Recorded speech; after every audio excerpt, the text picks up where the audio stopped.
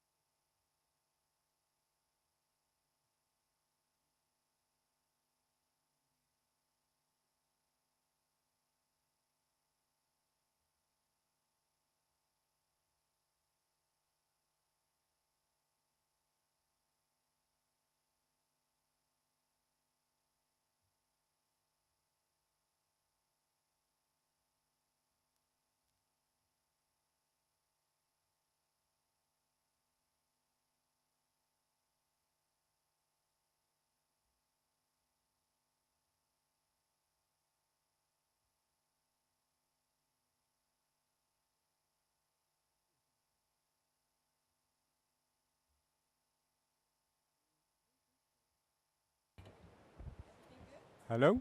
Testing? It worked? Okay.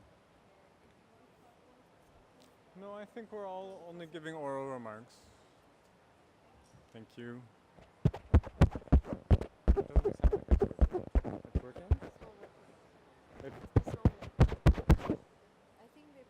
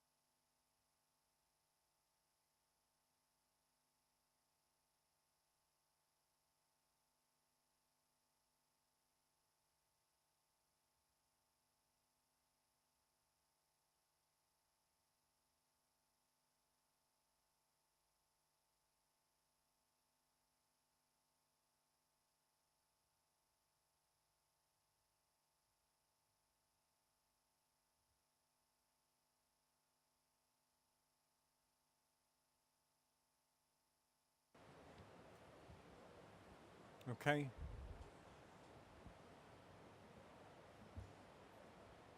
Good morning.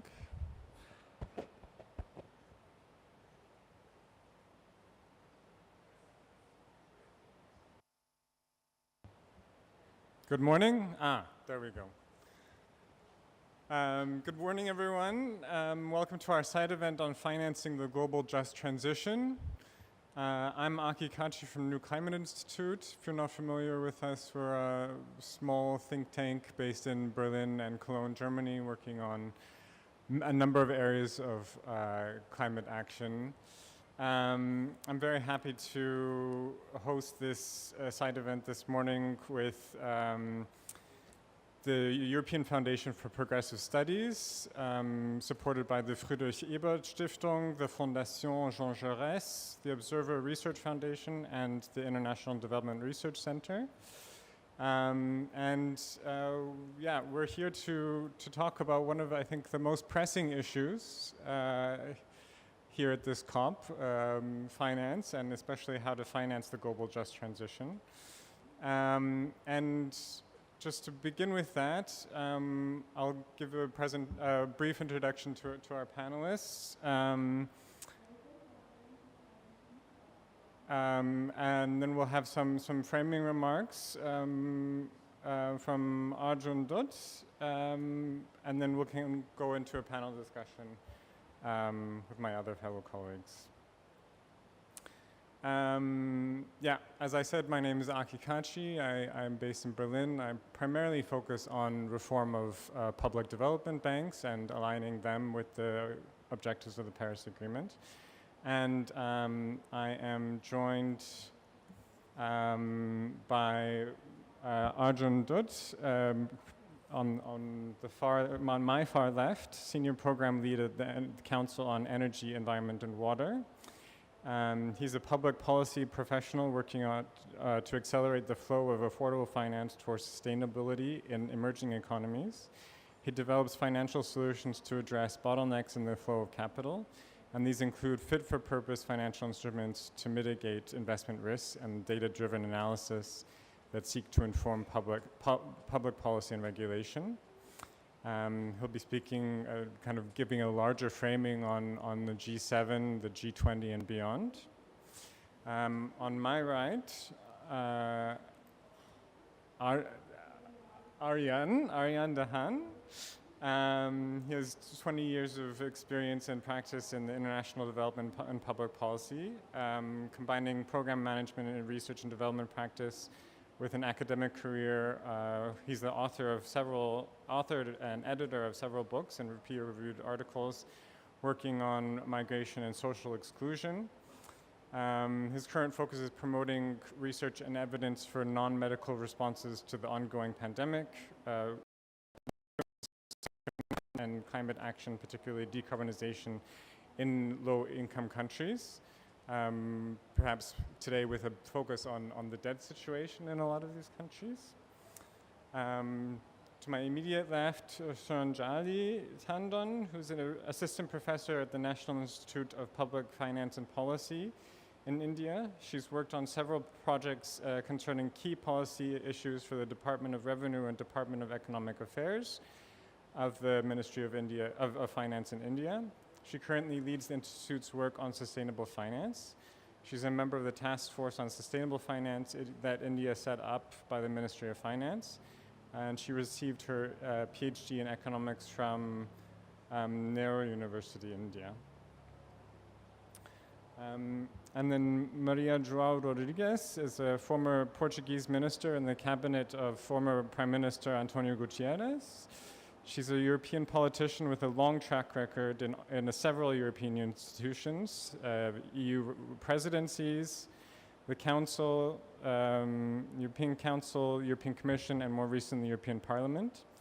And she's played a relevant role in several big European initiatives, the EU Growth and Jobs Strategy, the Lisbon Treaty, the Eurozone reform, the European Social Pillar, and the interface with the EU external strategic partners and the roadmap for the EU's future. Thank you all for coming.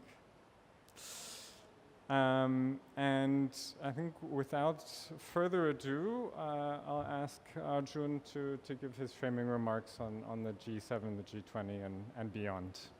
Thank you. Thank you, Aki. Thank you for having me. Hello, everyone. So when we talk about intergovernmental platforms like the G7, G20, they have considerable say in setting the global agenda. And that also, can reflect in the area of climate action, where, of course, the G7 with the Just Energy Transition Partnerships, proposed Climate Club, or the various working groups of the G20 can have a considerable say in determining the course of climate action for the world. In that context, today I want to talk about some key considerations for impactful and just climate action. So, of course, we convene here today shortly before the commencement of India's G20 presidency that's starting next month.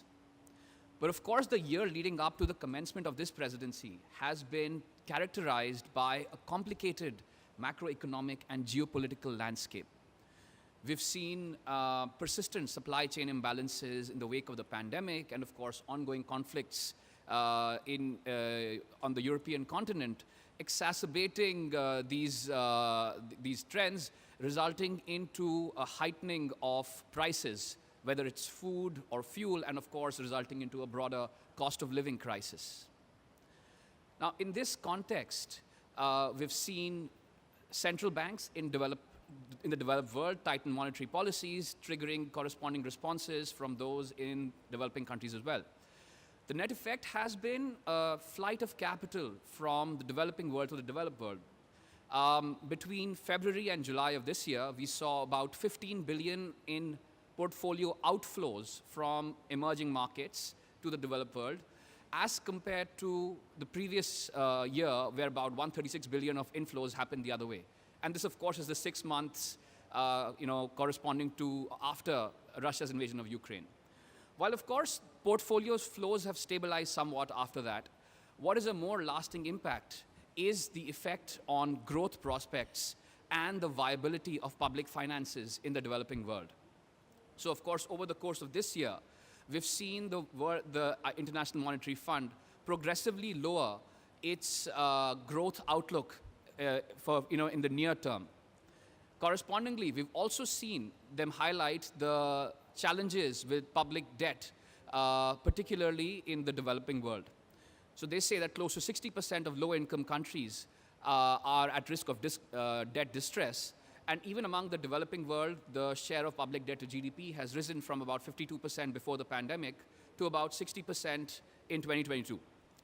So what does all this macroeconomic background, what are the implications for sustainability?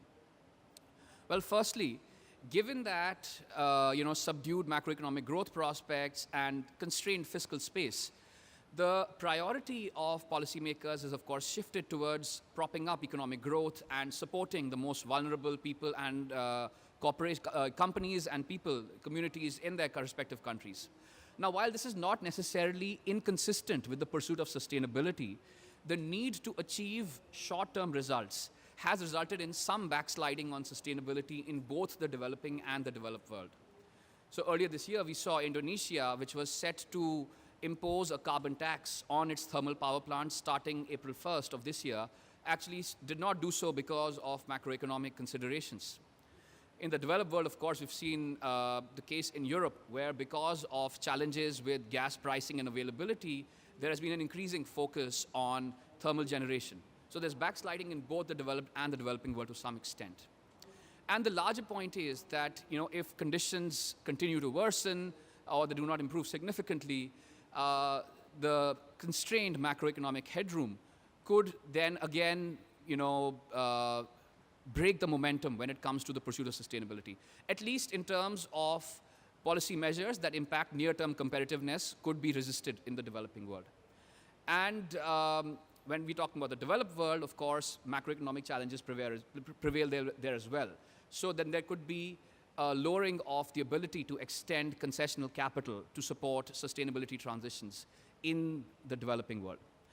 So given these considerations, it is incumbent upon, intergovernmental platforms to act, because what we need to be cognizant of is that regardless of the macroeconomic context, climate change is an existential crisis, right? And if to remind us of that, this year we've seen floods in Pakistan, drought in East Africa, and also the developed world has also not gone unscathed. We've seen forest fires and heat waves in Europe and North America, and in France we saw an 18% decline in corn output, and of course there was also a decline in wheat output. So climate change is a problem for the whole world, not just the developing world, and both developed and developing countries must act together in concert.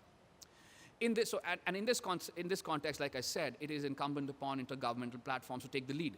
Now, how do they do so? I propose three broad sort of steps, two sets of actions that should be taken in the near term, and one that is more medium term. No long term, because of course actions need to happen as soon as possible.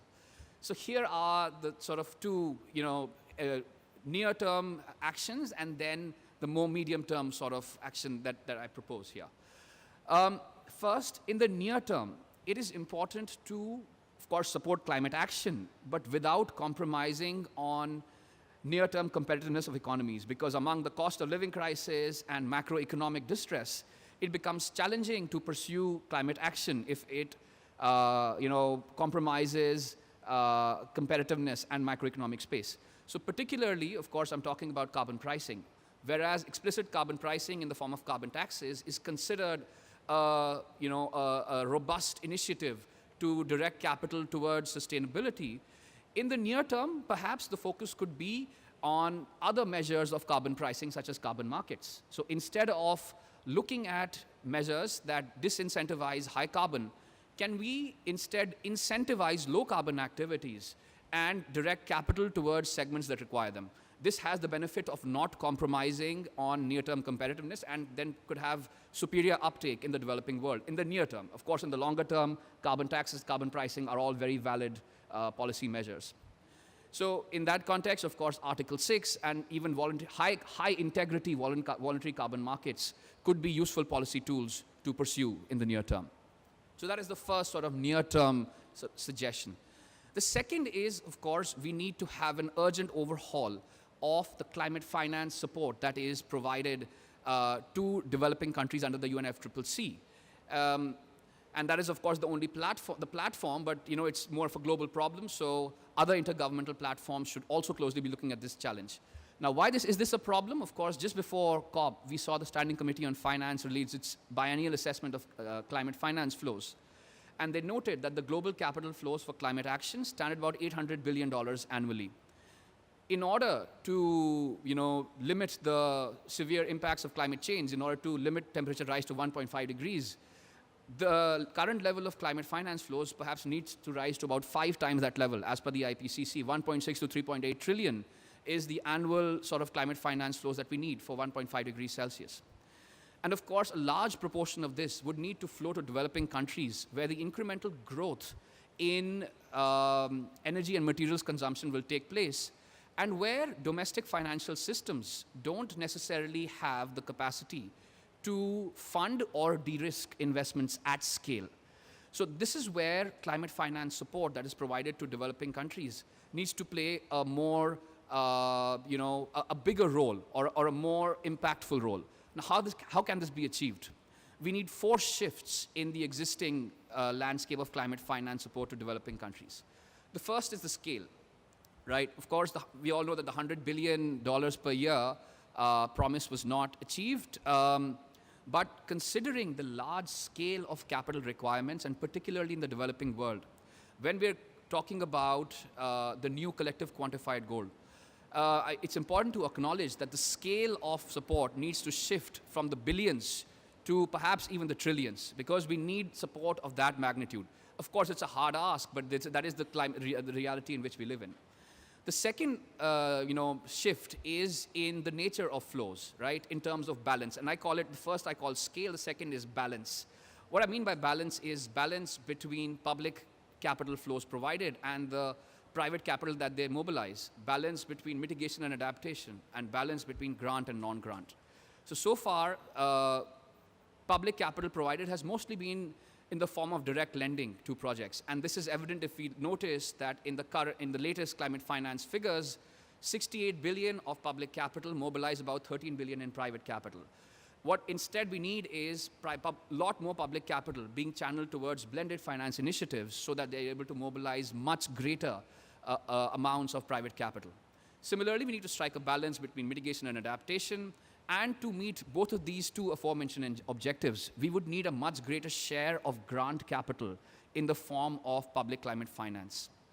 Now, one constraint towards achieving this is, of course, the constraints of the delivery vehicles themselves. As per the OECD, the majority of public climate finance is provided by multilateral organizations, particularly multilateral development banks.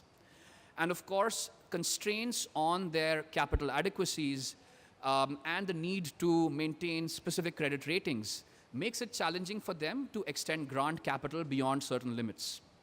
Therefore, there is a need for an urgent review of capital adequacy frameworks of multilateral development banks, or failing that, perhaps even a need for a more nimble institution that has the mandate and capital adequacy requirements to extend greater grant capital. So that is the second aspect of this shift of climate finance, that is balance. The third is, of course, that all of this blended finance should be directed towards mitigating investment risks in developing countries where, these risks deter capital flows from flowing. So, of course, risk mitigation is contextual, and a number of segments could need them. But here are 4 or 5 that could be of particular relevance. The first is large-scale renewables, particularly in countries where non-project specific risks, such as currency risk, political and off-taker risks, are major concerns. The second area is distributed renewable applications, particularly for productive livelihood end users that support small and medium enterprises in developing countries. Another area is the calibrated phase down of fossil fuel assets. A fourth area would be providing risk capital to support R&D in emerging technologies such as green hydrogen and advanced biofuels. And lastly, of course, the de-risking of climate risks, climate shocks, right? As we've seen evidence of this year, it is important to also provide cushion against those. So those are some priority areas where the capital should be directed. And the last component of this is regulation. So scale, balance, risk, and regulation. In the regulation, what I mean is that developing countries should provide conducive regulatory environments that support the flow of capital. And how can this be accomplished? Regulation should be conducive along 2 dimensions. The first is sectoral regulations, where each clean energy sector should, of course, provide the right sort of framework.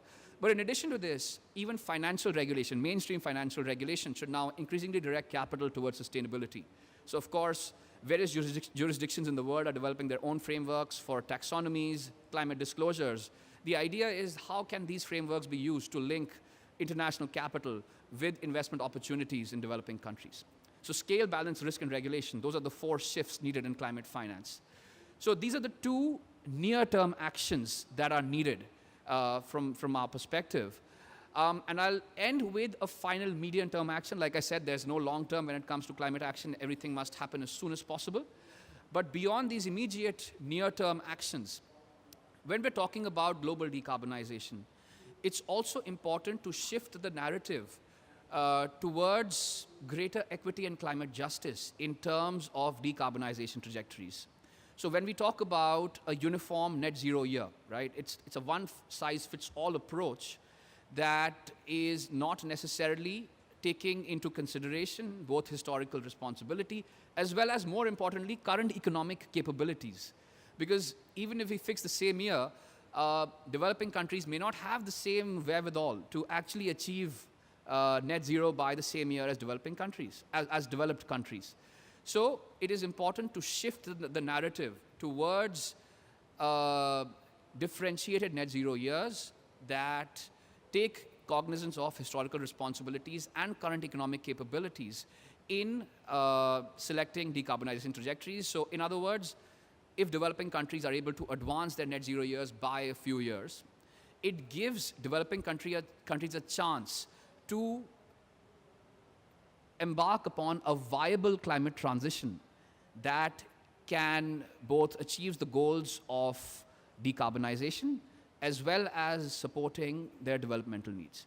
So with that, I'm going to stop here. Thank you, Arjan. Yeah, and I think you've taken out a number of points that I think we'll explore more deeply in a few moments. And I know you have another event to go to, so thank you. And we're very appreciative to have those framing remarks.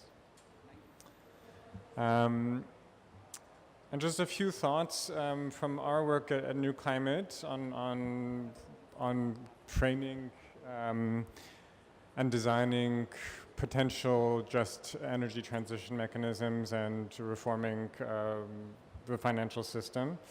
As Arjan says, today we're faced by a confluence of crises. There's the climate crisis that is bringing us all here today and together again every year, once a year. But I think even 1 year ago in Glasgow, we wouldn't have imagined what other challenges we would face coming out of the global COVID-19 pandemic. The Russian invasion of the Ukraine that has unleashed the global food and energy crisis based on the world's dependency on fossil fuels and fossil fuel markets. The end of loose monetary policy in the United States that Arjan mentioned. That has vastly increased the value of the dollar and is a major burden on countries that don't have the privilege of issuing bonds in their own currencies. All of this in the context of really we're still coming out of the COVID crisis and some countries didn't have the privilege and the ability to mobilize the stimulus programs that the global north did. And this has also major repercussions for countries' abilities to increase climate action and work towards the Sustainable Development Goals. And at the same time, on top of this, I think this year we've also experienced a taste of what is to come in terms of climate impacts, much worse than before. I know in Europe and Pakistan and a number of the disasters that we've just mentioned and tropical storms and droughts. But in order to address the worst of these climate scenarios, and I recently attended a very scary talk on tipping points, and which makes me even more concerned that there's a talk of perhaps dropping references to 1.5 in talks during these 2 weeks. That we all need to have a major step up of ambition. We need to cut emissions in half in the next 8 years. And it's clear that developing countries that are faced with these crises need help to cope with this, and that the 100 billion that has not been mobilized is not going to be enough. Indeed, we need to speak of the trillions and much more of it on a grant basis. And I think we'll hear more about that in these 2 weeks and in our discussions on the new quantitative climate finance goal. I think that at the same time, there's sort of bilateral or negotiations going on with a number of countries, focusing on the precedent that we saw last year with South Africa. But just, I think from my perspective, on to match Arjan's various points, indeed we need to understand in framing these just transitions, we need to understand the whole country context and the debt situation and the fiscal stability and fiscal space that will enable countries to take and increase their climate action. We need to consider local considerations, local communities, workers, indigenous peoples, and we can't have these deals negotiated over their heads, not only on a government-to-government basis. We need to have them 1.5 degree aligned, and I'm hearing also concerning things about the involvement of gas or potential involvement of more gas in a number of JETPs, and I think it's really important that any global intervention really considers the potential transition risks and what will be stranded in a rapid transition to a 1.5 compatible scenario. The global finance aspect, I think that 100 billion and shifting 100 billion in the next quantitative goal needs to focus on not only that money, but also how does that leverage and shift the trillions. And it's clear that there's enough money out there. There are trillions of dollars and euros in pension funds and managed by asset managers. And I think that was one of the largest hopes and perhaps one of the biggest disappointments coming out of the Race to Zero and GFAN's discussions last year, and discussions on how seriously private financial institutions take these promises. And at the same time, I think it's also important to consider global transnational questions. And its piecemeal deals with large countries may not be enough, may not be fast enough, and we may not have time, money, or headspace to once we get past the large emerging economies, to also be thinking about the more vulnerable economies that don't have the same clout to be negotiating these deals. And we did need to think on a larger scale reform of the Bretton Woods system, and it's not only the G7 and the G20, but I'm also very impressed and heartened to hear the innovative thinking that's coming, for example, from the Prime Minister of Barbados and the Bridgetown Manifesto. And so I think these are all major points that we need to keep in mind when shaping the global transitions. And maybe to focus a little bit more on the debt aspects, we can turn to Arjan to hear a bit more about the details of the debt situation and the fiscal space to enable climate action.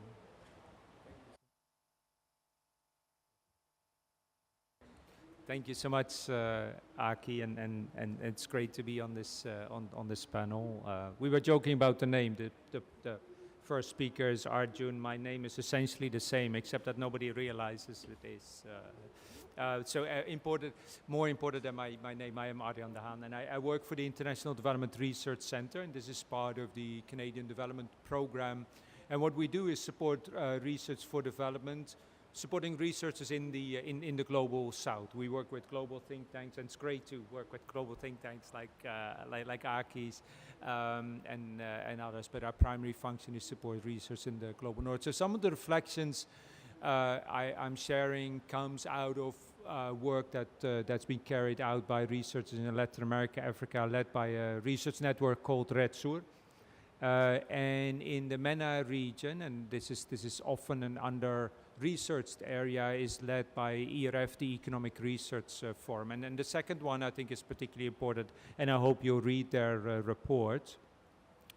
Apart from that, I'm mostly here to underline the same challenges. I think we all share the same concern, of course, about the climate change and the enormous challenge that we face in financing a green transition, and particularly financing a just green transition. I think the numbers typically focus on the green element of it and just the distributional aspects.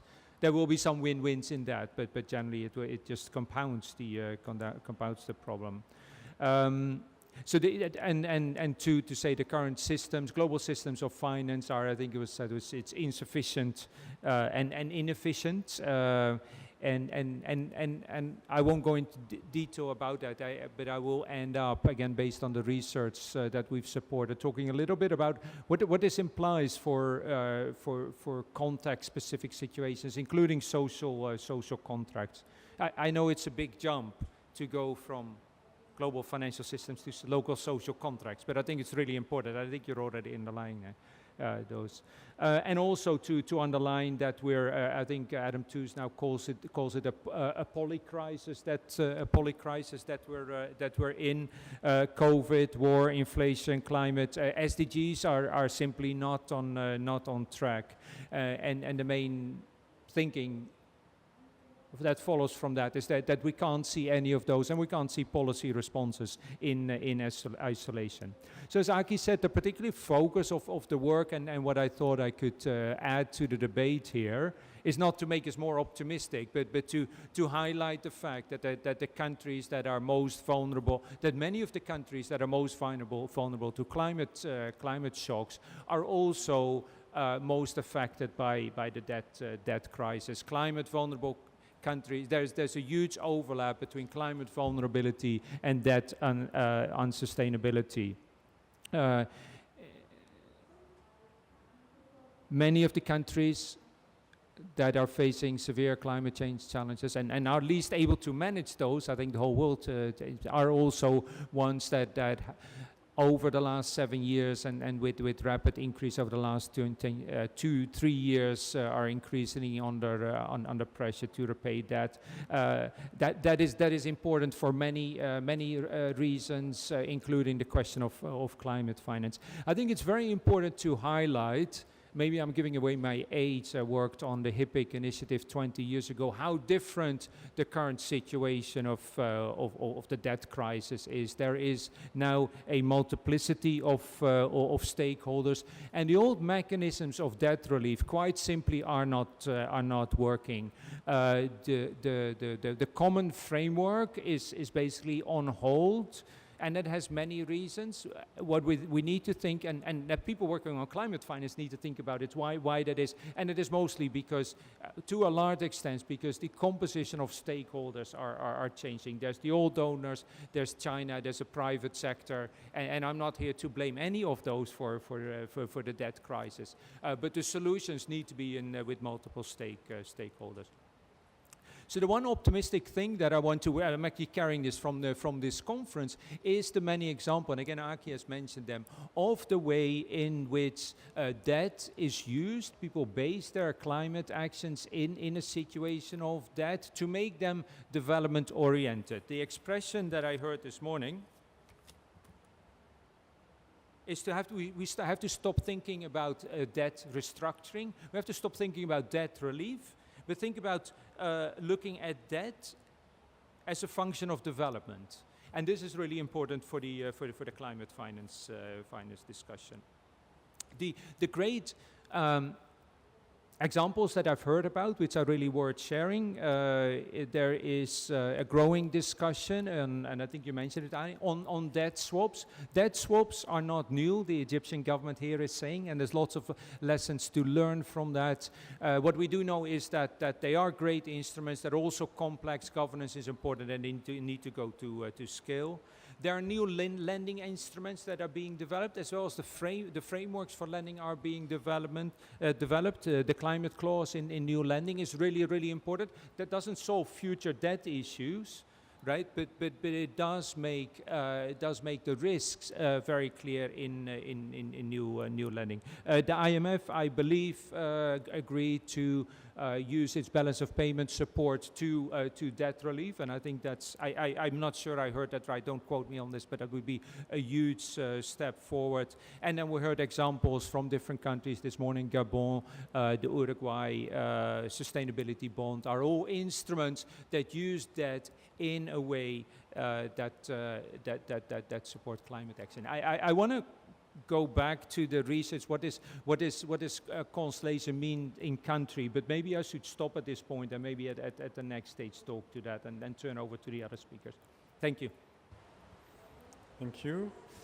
And maybe Suranjali, maybe you can also give us some remarks on especially the Indian perspective and the different sources of finance available to fund a JETP, or a just transition, not necessarily a JETP, but a just transition. And what does that look like from a Global South perspective? Thank you, Aki. I think talking about just transition requires us to step back and define what a just transition looks like for each country. On paper, it seems easy. It seems like the reasonable thing to do. But it's something that governments have been doing for many, many decades. And the fundamental principle of just transition is that no one would be left behind. The SDGs were in some sense required to do this. And as you mentioned, we've fallen short on the SDGs. If I were to go by the IMF's estimates, India needs to spend about 6.2% in addition to what it does at the moment of its budgets to fund the SDGs. And there's a number there for net zero as well. Well, a question that I ask as an economist to everybody is that what's the overlap between the spend on net zero and the spend on SDGs, and if we can achieve those two together? To my mind, it's a duty of the government to fund many of these activities where communities are involved. And to that extent, the budgets, the fiscal space will be absolutely important, which has been highlighted by previous speakers as well. I think, when we talk about scaling up of expenditures, we have to recognize that you have to scale up taxes to fund these expenditures. And one of the solutions being offered is a carbon tax, but that again requires significant thinking on how these revenues are going to be allocated or earmarked for the goals that countries set for themselves. Having said that, if you look at the current flow of capital within the green finance space, we've seen an equal mix between public and private capital in India.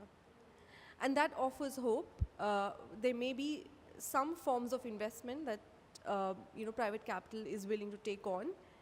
And perhaps within the spectrum of just transition, which means that even financing or supporting affected communities, there may be some use cases of private capital. What we're seeing, interestingly, there are two things that I'd like to mention as examples of how a just transition can be supported with public-private partnership. One is the corporate social responsibility in India. The companies are supposed to spend 2% of their profits mandatorily. Now, of course, this mimics a tax, but of course, it's been used for skilling, it's been used for community development, for regional development, for health and education. And these are purely social projects. And I think that's one way to do it. The other that we're seeing is the growth of interest in impact bonds. Now, these are interesting instruments where you have philanthropies with capital.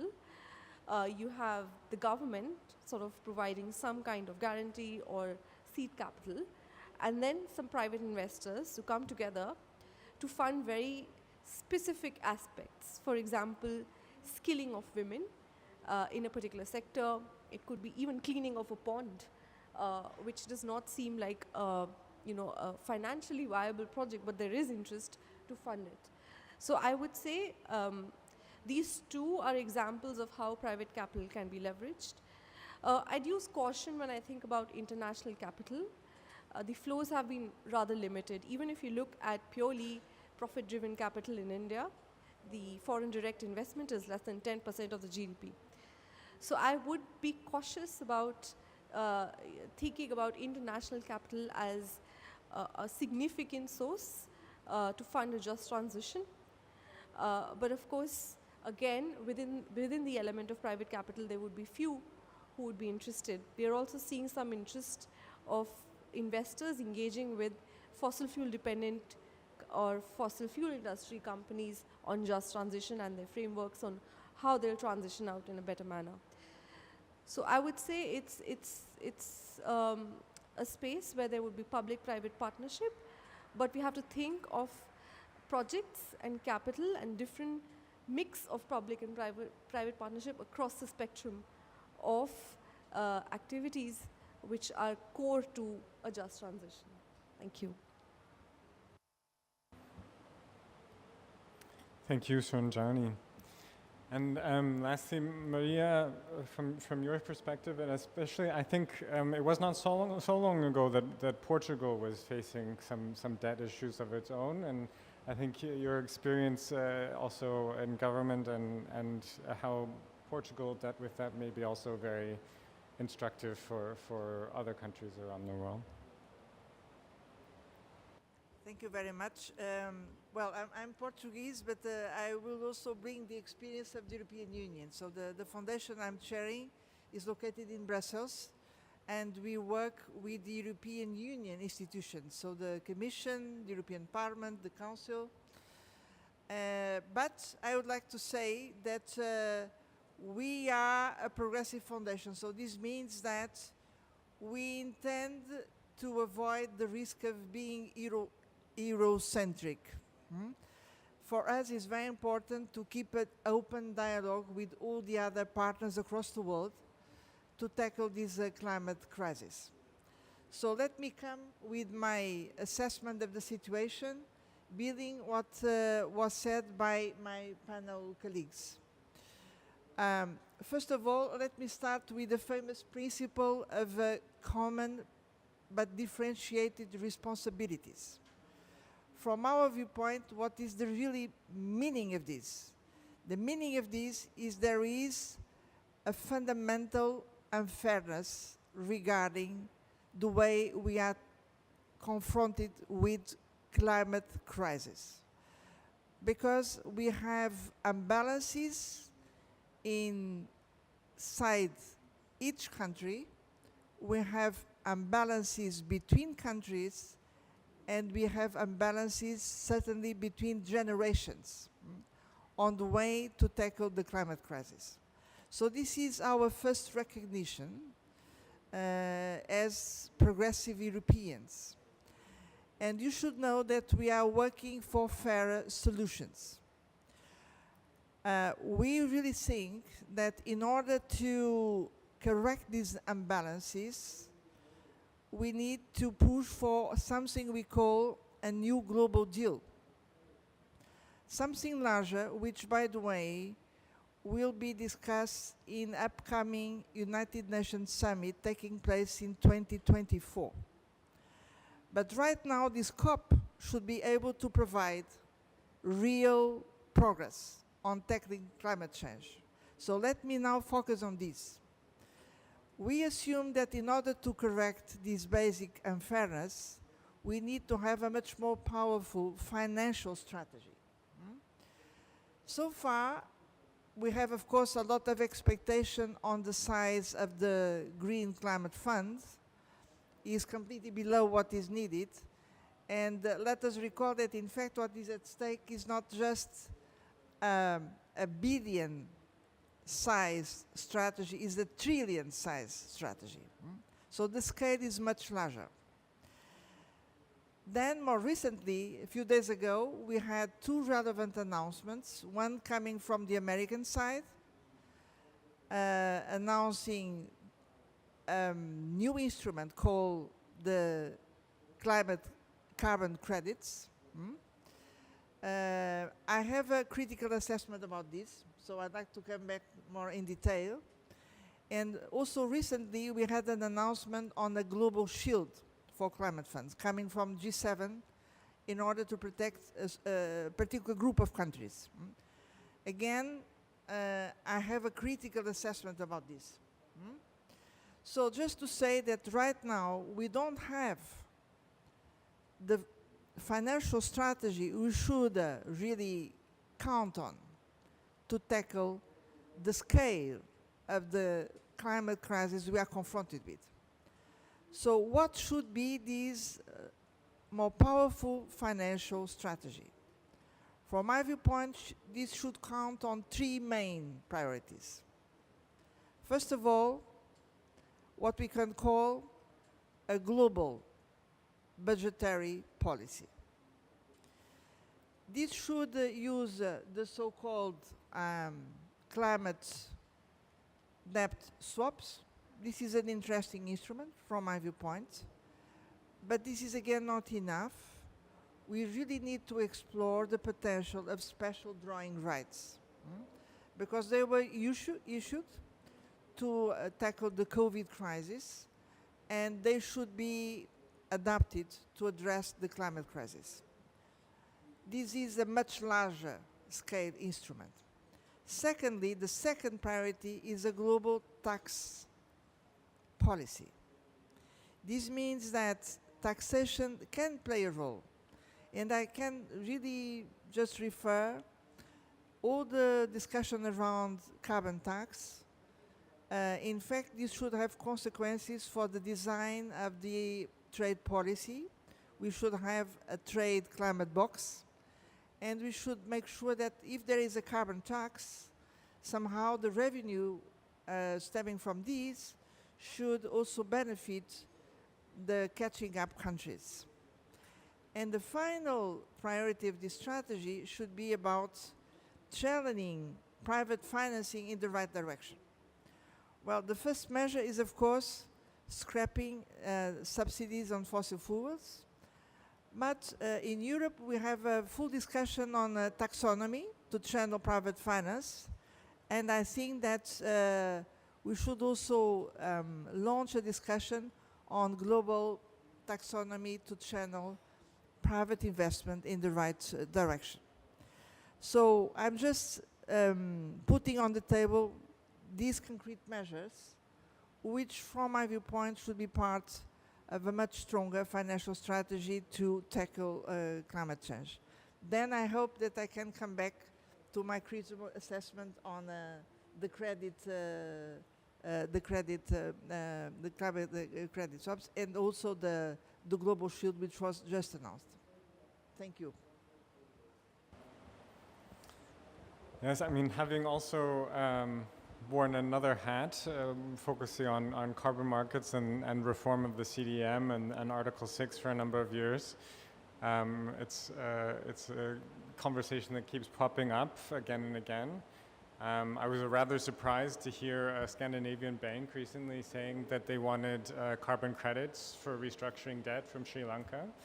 I'm quite skeptical of that. But maybe we can have some reactions from the panel on the role that carbon markets or carbon credits and offsets may have to play. Especially, I mean, we had not so long ago a rather sobering critique from the UN Secretary General on greenwashing and the use of carbon credits, especially for companies involved in fossil fuels. Yeah, maybe we can go straight to that. And Arjan mentioned that as one of his short-term measures in India, which I was also a little bit surprised about.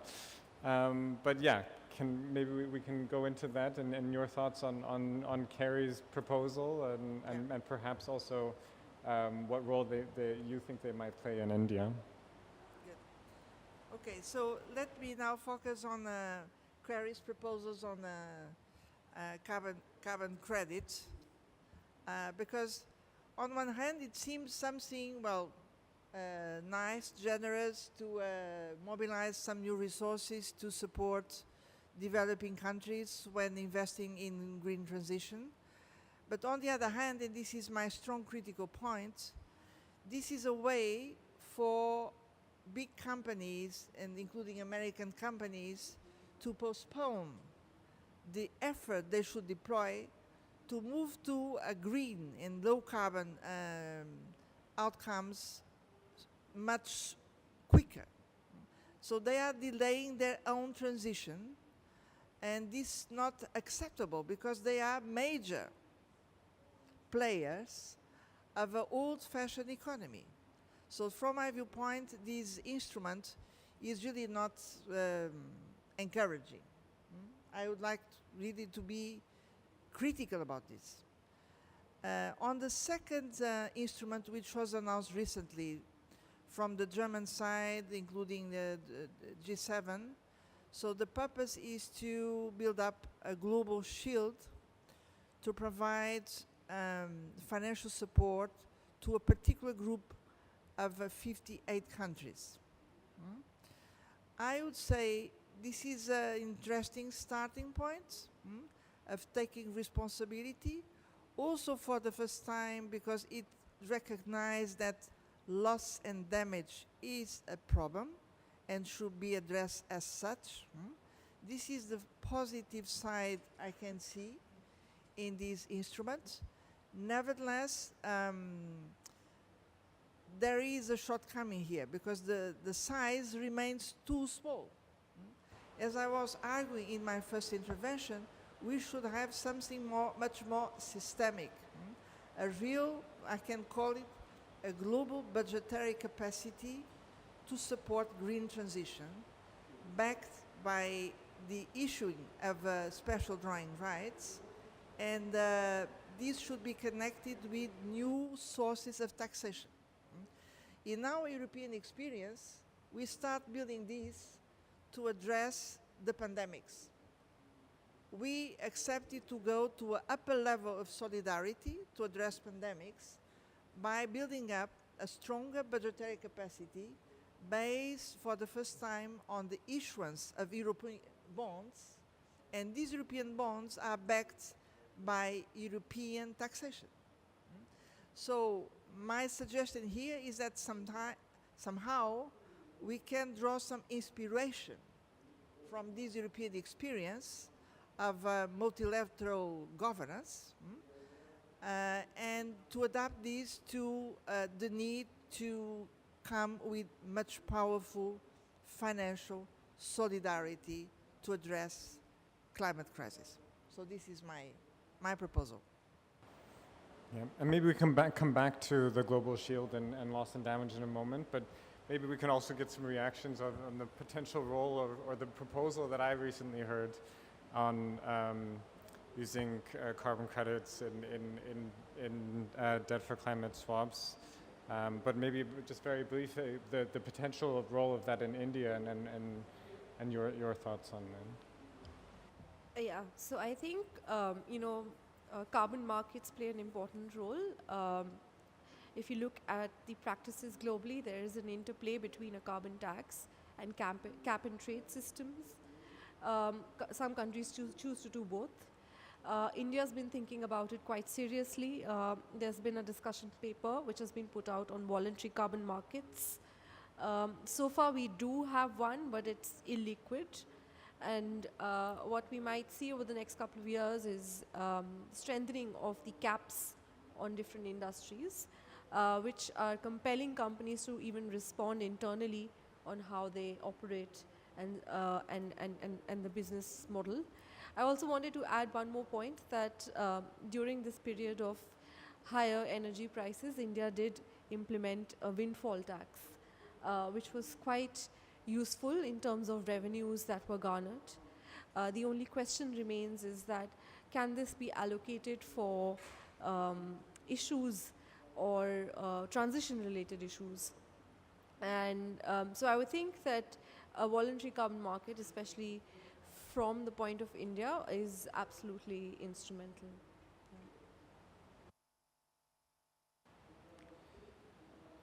I don't know the Sri Lanka case. It must, don't tell anybody I said it. It does sound a little cheap, and I can come back to what that. I mean, against the discussion on loss and damage, it's like, why would you go back to But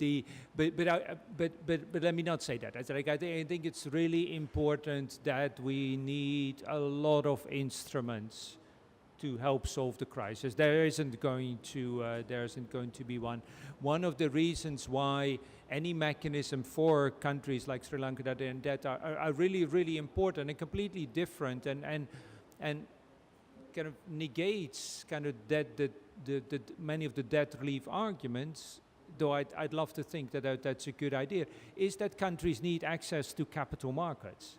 Right. So for me, if this is, well, of course, we need to research it closely. We really need to look at the bonds, the conditions of the bonds that developing countries have gotten over the last 10 years. The story about Ghana is right now is really shocking. Same same stories about Sri Lanka. So we need to look at that, but at the same time we need to investigate those possibilities, and we need to bring the different stakeholders to the table, because Sri Lanka needs those banks, right? And again, as I said, this is a very different situation from the previous debt crisis. And I think with all the instruments, that's what I hear people saying. The minister from Gabor, for example, this morning, this was not on a case like that, but on debt swaps, the governance of this is really important, right? It's not the instrument per se that matters, but it's the governance that matters. They say, like, we need clear standards, you know, that with which the comment on greenwashing, of course, for me, 100% directs towards, right? So we just need clearer standards, and we need, and this is what Jean-Paul Adams said, it's like emphasized, we need them to be forward-looking, and that's where carbon credits for past action is not particularly helpful in itself.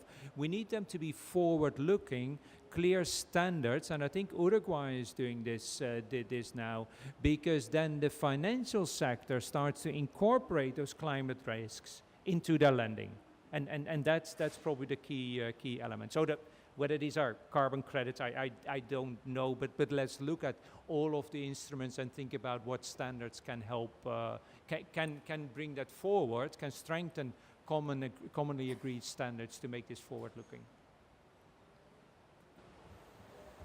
And just picking up on that, I mean, one of the proposals from Barbados is to standardize clauses in sovereign bonds. So that climate bonds. Not necessarily climate bonds, but to standardize a clause on climate risk, where a disaster does happen, we can suspend payments. Do you see that as a way forward? I mean, I think that's something that Barbados has recently done with their own side of sovereign bonds. Let me be very clear. I don't know the details of this, but I listened to people, and Persaud was here yesterday. The work that he's and his team has done in Barbados to create new frameworks is for me certainly cutting edge, and probably the way to go. Again, and as I think what Persaud, for example, will say is like, debt relief, don't think about debt relief, because you need that financial sector, right? So you need to come up with instruments. Of course, you need to de-risk the investment, but the key thing in those, I think that's what you're referring to, and that's what I think what he's referring to, is to find frameworks through which the private sector can be prepared for the risks in their loans. Right, so that they increasingly start to incorporate them in their lending operations. Thank you. I wonder if we have any questions from the audience, immediate reactions on sort of the larger picture in terms of the G7, the G20, or... Yeah. You need the mic for... Yeah. Could we have a microphone up in the front?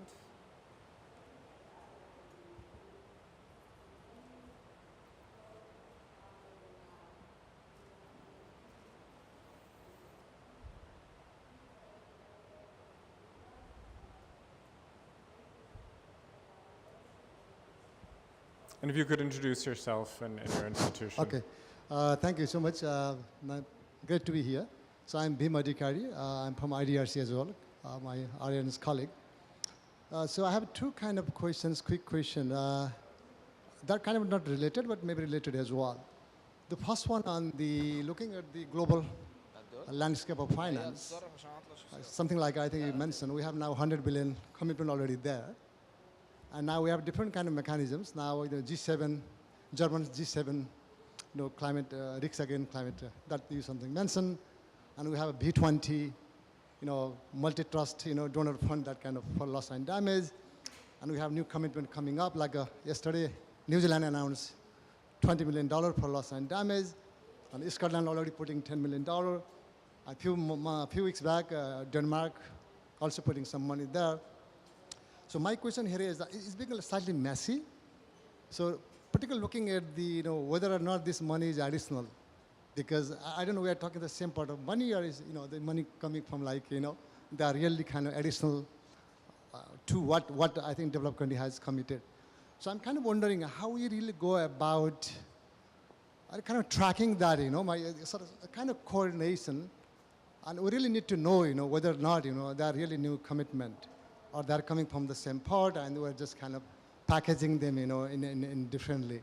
So that's something, I'm kind of wondering. And then, yeah, even I think G7 Germany proposal as well, the seal against climate risk, yeah, that particular one. So yeah, I'm kind of, how we should be going about, a little bit tracking that and then see, whether or not we are really getting the additional money there. That's the first one. And second one on the particularly ZP kind of issue, I agree with our colleague friends from India because, ZP is very hard for us to come with the similar kind of ZP because like South Africa, where job is, decent job is the main argument. And they're going to do something in Indonesia where energy pricing looks like, major concern for Indonesians. And India, I don't know, maybe coal mining, like still employment, those may issue there. That's the issue there, but at the same time, we don't have a country-level coordination. Like Ministry of Finance, if you just go to the Ministry of Finance and ask them, do you know about the NDCs? And I bet you, a lot of people that are Ministry of Finance, they don't know what is the NDCs about. And they say, oh, just go to the Ministry of Environment, Climate, they are the one. So we don't have that kind of country-level coordination. That's the one problem. But on the other hand, we are looking, all the international climate finance, should be flowing to the country. So I see, there's kind of not good mismatch because without that coordination, bringing the Minister of Finance on board, it will really hard, going about, the ZP type of very, very big intervention. So that's a kind of, very big problem. I'm kind of puzzled by, sometimes we are just talking to, we all are converter because, we are just talking to each other. And whoever we should be bringing on board, particularly, National Planning Commission, for example, Ministry of Finance, Ministry of Economic Development.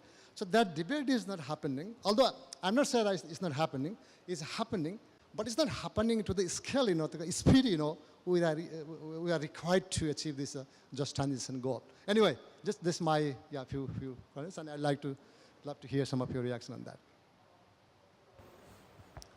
Yeah, so just following up on that, I also see a tension between these one-off deals with particular countries and sort of a larger reform of the international financial system. And how do we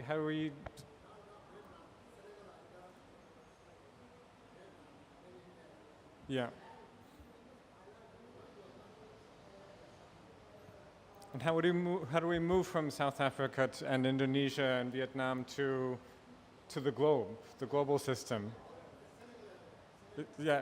A number of countries, definitely. Look, many thanks for these two questions. Let me tell you what I reply about this. First of all, as I was arguing in my first intervention, we do need a global financial strategy to tackle the climate crisis. And this financial strategy should be able to meet our three objectives, meaning mitigation, adaptation, and loss and damage. Loss and damage is a concern which has emerged more recently. But from my viewpoint, is clearly justified. Nevertheless, there are some specifications I'd like to do, because there are different ways to understand loss and damage. You can be extremely ambitious and to assess loss and damage in an historical perspective. This is one. But you can be, let's say, more realistic to start and to come with an insurance perspective, meaning when a country is confronted currently with a climate disaster, this country should count on an insurance system to help him to address this climate disaster. So I think we need to go further in discussing how we understand the loss and damage concept. In any case, I'm pretty in favor of introducing this as the third leg of a global financial system. But then we come to your second question, because you are pointing the finger to a major problem we have in multilateral governance. Because on one hand, we have objectives and targets in our climate plans. We also have them to implement sustainable development goals as a whole, on one hand, but on the other hand, there is no clear connection with the global financial governance. And we need to address this as a major flaw of the multilateral system. And without this, we cannot speak about a real coordination, because we feel this in each country. Development ministries or environmental ministers, they are always struggling with Minister of Finance, because there is no clear framework. So you are right, we need to address this. And by the way, when I refer to the upcoming Summit to the Future, which is being prepared by the United Nations to take place in 2024, this will be one of the major issues to be addressed. Yes.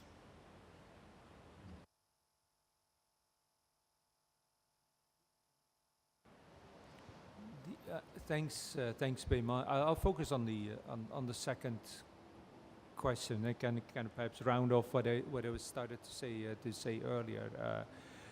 But I would keep in mind that the global financial system is just not up to the task. I saw an IMF presentation, going back to debt, I saw an IMF presentation that shows over the last 10 years the increase in the number of countries that are in severe debt distress, and then the number of debt deals that have been done by the IMF, the old structure. And it's like 2 in the last 2 years. It's just not there was that coordination problem 10, 20 years ago, and it just become much more complex. So it's just not, if I was a developing countries, I'd look at that graph, it's like, okay, the system is just not up to the deal, I need to figure this out on my own, right? And get the support from those different streams, private, public, and so on. And I say that a little bit lighthearted, but I think it's really important to keep in mind that then people, I'm full of criticism of the IMF, for example, but they're as powerless as they are like anti-poor, if they ever were anti-poor. Please don't quote me again. I wanted to come back to what does it mean at the national level, and then as I mentioned earlier, one of the reports that was recently launched it was launched in DC actually by the Economic Research Forum. It's called Embarking on a Path for Renewal, and that makes the point. As a subset of what you talk about, and it started off with debt and climate finance that's pretty much the same problem as in where countries are in now. We can't separate those. That to get out of that, given the needs that any country, and this includes countries like Ethiopia, for example, right? That it quite simply needs a new macroeconomic policy. And I think when we say that, that's very much, I think, Bim, your point. It's like then the finance minister needs to understand what the NDC needs are, right? Otherwise, you simply don't have a good macroeconomic policy, right? It's not that it's a choice anymore. And that report, the report stresses that very clearly, that to formulate that a program like that can't be done with a bunch of economies, but needs to be a multi-stakeholder engagement. In countries, it needs to mobilize the private sector. In this region, in Egypt, the private sector is typically very anemic. They haven't invested in issues of youth employment in the past much. I mean, I'm generalizing, obviously. That needs to be mobilized. And civil society needs to be brought into that picture as well, both to make sure that it represents the different needs that a country faces, as well as to enhance the accountability of those new policies put in place. So we have to think about a much bigger thing, and I think it needs to be at national, the focus is national level, because that's where, again, good example, as I heard this morning, Gabor, Uruguay, that really taking this on. And Suranjali, maybe also with a view to the Indian presidency of the G20 coming up, I mean, I think it's also, there were some promising suggestions made in the capital adequacy framework review of the G20 under the Indonesian, that was published under the Indonesian presidency, but maybe you can also give some insight into the evolving agenda on the G20 level. Yeah, so I think one of the points made here earlier was about what the Ministry of Finance is thinking, and Ministry of Finance will be anchoring some of the work on the G20 presidency as well. What we've seen over the last 1 year, which is quite heartening, is that there has been a dialogue on what needs to be the right framework for sustainable finance in India, and part of it is developing a taxonomy within which there is significant consideration to just transition, which I think will feed into the work on the G20 presidency. There's also a likelihood and conversation around how do MDBs and DFIs respond to the need for capital. So I would say that there's been interministerial dialogue within India on what the sustainable finance framework looks like in terms of regulations, taxonomy and disclosures. We've also seen that the central bank in India has responded quite positively by looking at disclosure frameworks and also seeking comments on preparedness of the banking sector. So what we would be seeing in the presidency is some level of preparedness within the government, and as well as pushing for newer sources of finance. Are there any other questions from the audience? Yeah, here in the middle.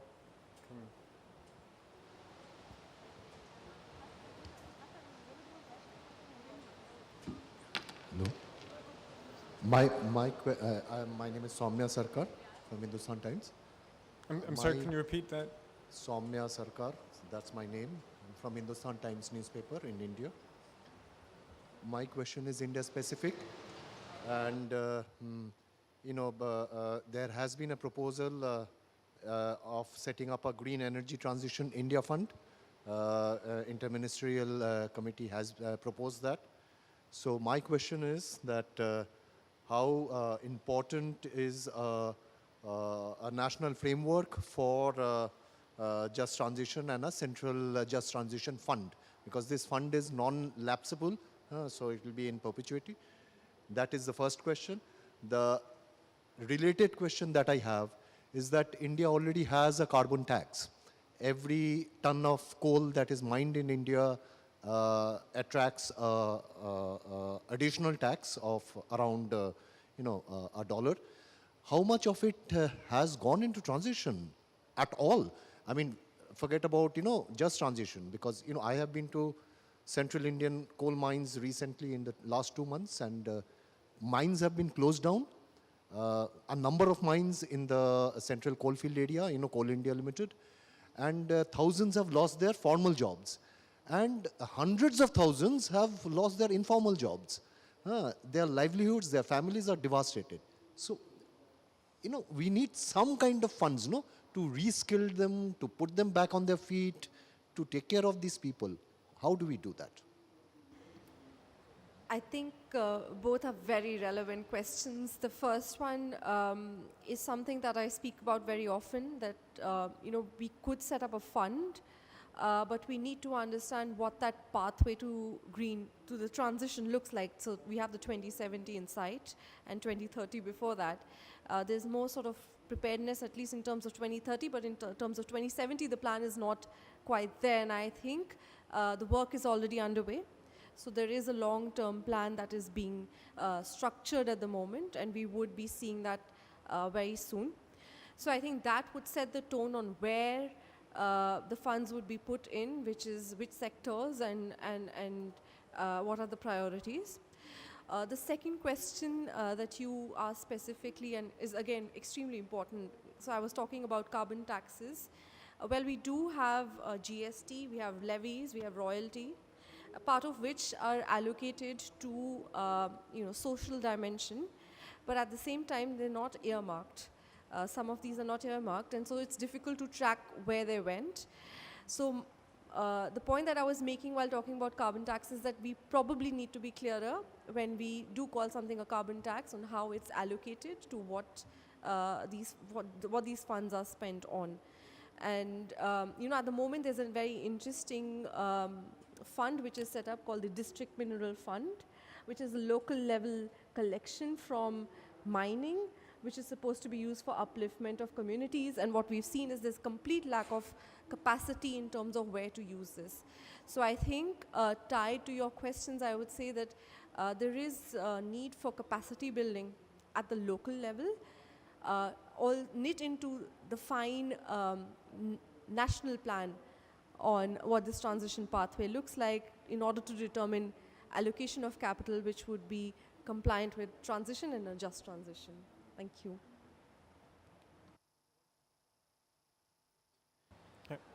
So my question perhaps overlaps with a previous one, and it's how do you think we can find the intersection between solutions to the rise of living costs through climate finance? I know it's a very big question, so just throwing it out there.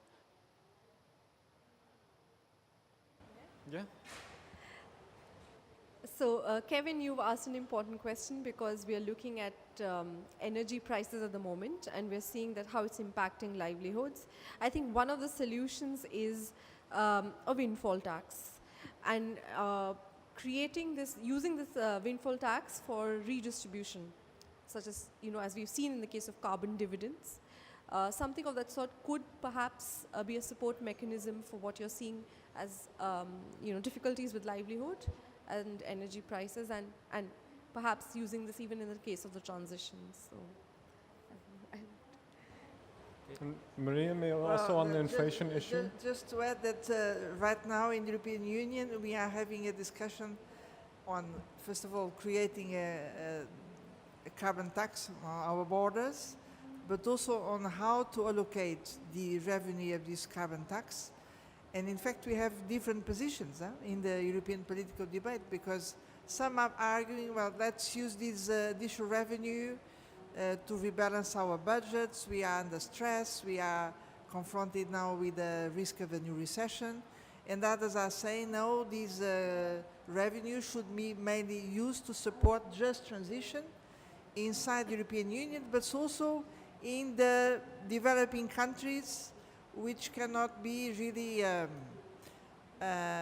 dealing with a new burden coming from this carbon tax. So this is the discussion we are having.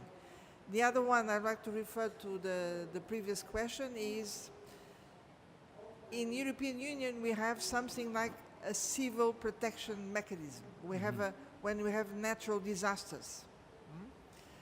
And we are discussing how to enlarge the scope of this to include climate disasters. But in fact, we should have this at global level. So this is, again, a good parallel we need to do. And yeah, also that your perspective on the inflation issue and perhaps civil protection mechanisms. Yeah, and again, I'm going to refer to the report of the Economic Research, the Research Forum. I don't know how to get out of inflation. That I can't say. But what is what the report very clearly states is that austerity policies will not do the trick for us. Austerity policies will lead to social unrest. I'm talking about the MENA region, right? I mean, this is food price rises was the cause of the Arab Spring. Don't forget, and that possibility is still very much there. It needs to be, and I come back. It needs to be a broader plan. We won't get out of the price rises immediately, right? I mean, there's no way that we can control them right now. But that over time. The needs of the different parts of the populations are incorporated in those transition plans, and there's many different ways in that, right? There's an enormous amounts of, we shouldn't be in the food shortage, food price situation. Africa shouldn't be the food price problem that they are in now. There's enormous opportunities still in green ways to enhance food production in Africa. So there's direct means in which that transition can be distributed more equally, if you like, as perhaps a terrible expression. And then there's areas where not, and they're very clearly, and both for a justice perspective as well for a political perspective, there will be activities that are phased out. There will be people losing their jobs, and those people, for justice as well as for political reason, need to be supported through direct transfers, through education of the next generation, and so on. So very important. It's a very important question. We can't do one without the other. Yeah, and coming back to the intergenerational question that you mentioned also earlier, Maria. Okay. Do we have any other questions in the audience at the moment? No. Okay. Well, we've covered a lot of ground. I won't even try and summarize the conversation. But really stretching from the G7 and the G20, and we do have one last question. Yeah. One. Yeah. We do have a few minutes left.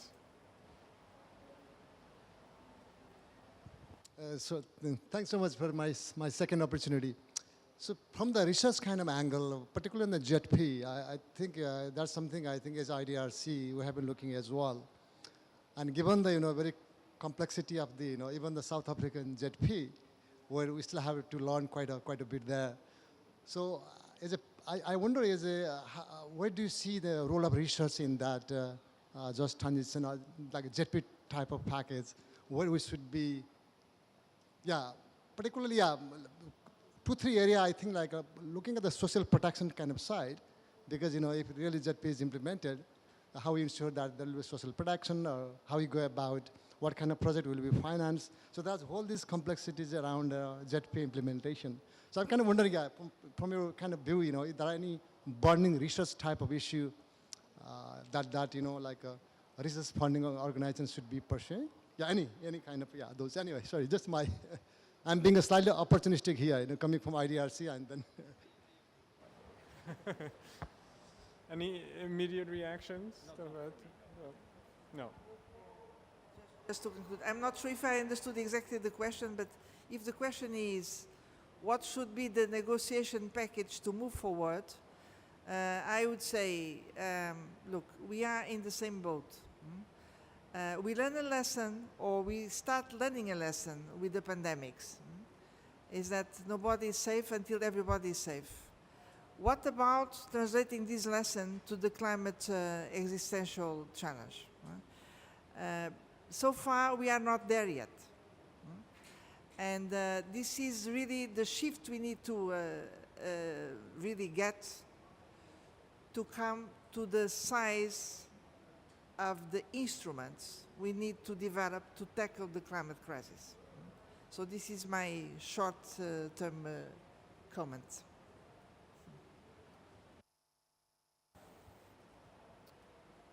Okay, yeah.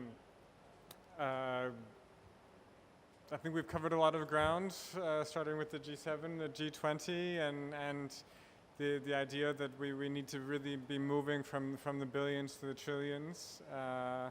That debt and access to capital markets are a major consideration that we need to take into consideration, and the domestic financial and fiscal policy instruments that countries can employ and mobilize, and on the institutional level, and the larger vision on the European and global level to really mobilize that solidarity. I think I'll leave it at that. I hope that the negotiators are as optimistic and have as much vision as the people on this panel have had today. And I look forward for the conversation to go on for the next week and a half or so. Thank you.